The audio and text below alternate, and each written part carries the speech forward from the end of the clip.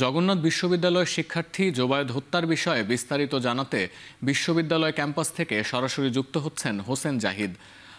জাহিদ, আপনি আছেন সেখানে, জোবায়েদের মরদেহ এসে এখনো পৌঁছেছে কিনা সেটি জানাবেন। এছাড়া ক্যাম্পাসের পরিস্থিতি কেমন দেখছেন, পুলিশ কোনো মামলা দায়ের করেছে কিনা বা মামলা দায়ের করা হয়েছে কিনা সেগুলো জানাবেন। সতীর্থ যে নিহত যে জুবায়েদ তার সতীর্থরা এই মুহূর্তে জগন্নাথ বিশ্ববিদ্যালয় ক্যাম্পাসে এসে ভিড় করছেন। আজ মূলত এই ভিড় হওয়ার কথা ছিল না, কেননা আজকে যে বিশ্ববিদ্যালয় দিবস সেটিও স্থগিত করা হয়েছে। একই সঙ্গে বিশ্ববিদ্যালয়ের স্বাভাবিক যে কার্যক্রম ক্লাস পরীক্ষা সেটিও বন্ধ রাখা আছে।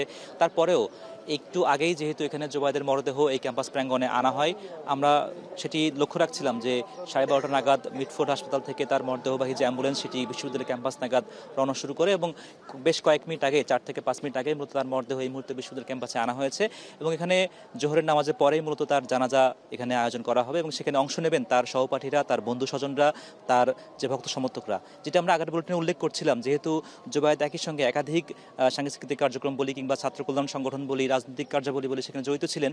কাজে তার যেই স্বজন, বন্ধু, সহপাঠী এবং সমর্থক কিংবা ভক্ত অনুরাগী তাদের বেশ ভিড় এই ক্যাম্পাস প্রাঙ্গণে আমরা লক্ষ্য করছি।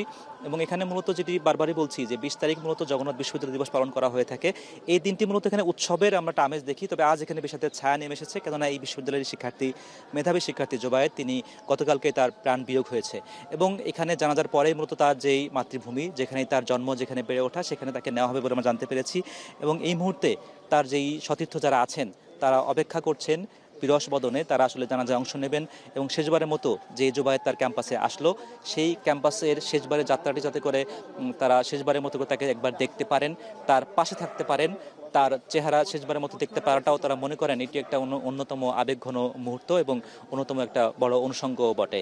এবং যেই বিষয়টি বললেন যে আইনি প্রক্রিয়াটি, ইতিমধ্যে যে দুজন সন্দিগ্ধ আসামিকে গ্রেপ্তার করা হয়েছে, তদন্তক্রম চলছে।